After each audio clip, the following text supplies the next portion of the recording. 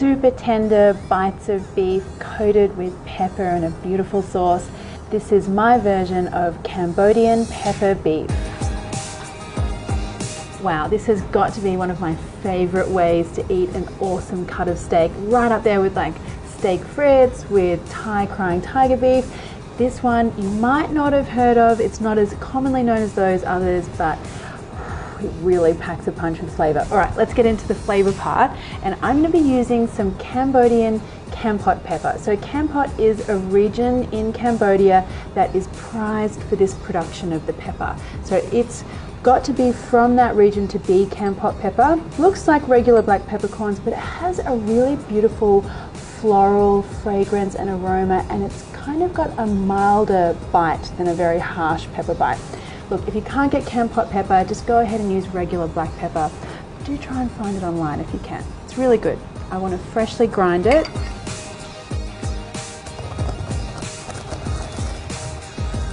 Okay, so that's the kind of texture you're after. I quite like this a little bit rough because that beautiful pepper kind of explodes in your mouth as you bite into it with the steak. Now for the steak itself, I'm using a strip loin, also known as a sirloin, depending on where you are. The important thing here is that it's a tender cut of beef, so you could use ribeye, eye fillet, anything like that. The important part here, I think, is the thickness. So I want this to be at least like 3 centimeters, almost 1.5 inches. That way I get some really nice bite-sized cubes. And to that, I'm going to add some really generous sprinklings here of that Kampot pepper. Now the rest of the marinade ingredients, including a couple of little extras that I've thrown in to keep your beef really super and tender in the wok. You won't believe how tender this beef is.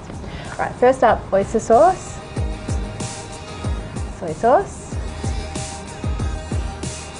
some dark sweet soy sauce. So this is going to add a beautiful color to our dish.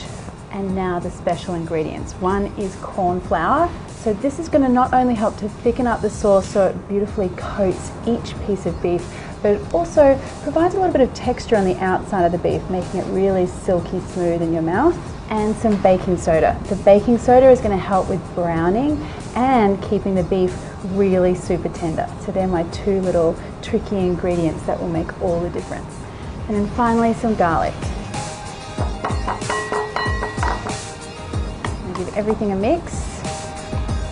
The beef does not need long to marinate. All those ingredients there are super punchy, so they're going to do their job in record time. The one thing we do need to do before we stir fry is make a little dipping sauce. So you want some of your Kampot pepper, and then about an equal amount of salt, and then some lime juice.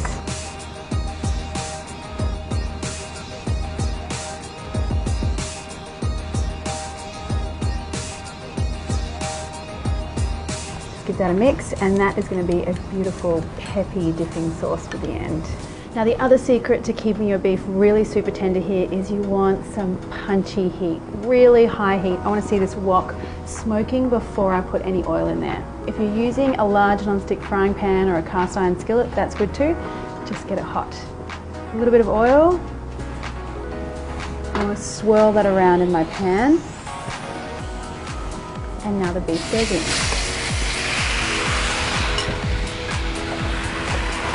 Spread that beef out straight away when it hits the pan, and then just let it sit half a minute or so just to develop some really good color on that first side. Okay, now give it a bit of a stir fry. Oh, check out that color already. See, that is that baking soda doing its job there. What I like to do is just kind of give it a little bit of a stir fry, then let it sit again, get some more color, and just do that a couple of times. And I only want to give this a couple of minutes. I still want it to be really tender through the middle. That'll give you about a medium. If you want it well done, obviously cook it for a bit longer. So at this point the beef is almost there. I'm going to add in my red onion. Now I want some more oyster sauce here to kind of give us some saucy glossiness, and some soy sauce, and some sugar. Now this should be a fairly dry stir fry here, guys. All I want is that sauce sticking to the beef rather than forming its own little pool of sauce at the bottom. Would you look at that? So beautifully glossy. Now what I like to do is turn the heat off now And just let that beef rest a little bit in the pan there while I just finish off the rest of our plate. Now, whenever I've eaten this in Cambodia, it's come with some beautiful little fresh lettuce leaves and some slices of tomato. I don't see any reason for deviating from that. So off we go with some lettuce, slices of tomato.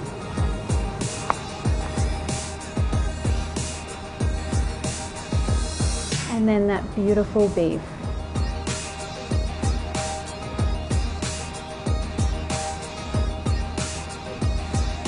There you go, guys. If it's not a classic yet at your household, it sure will be once you try it. Wow. The pepper, that sauce, so tender. Amazing. This is such a great way to eat beef.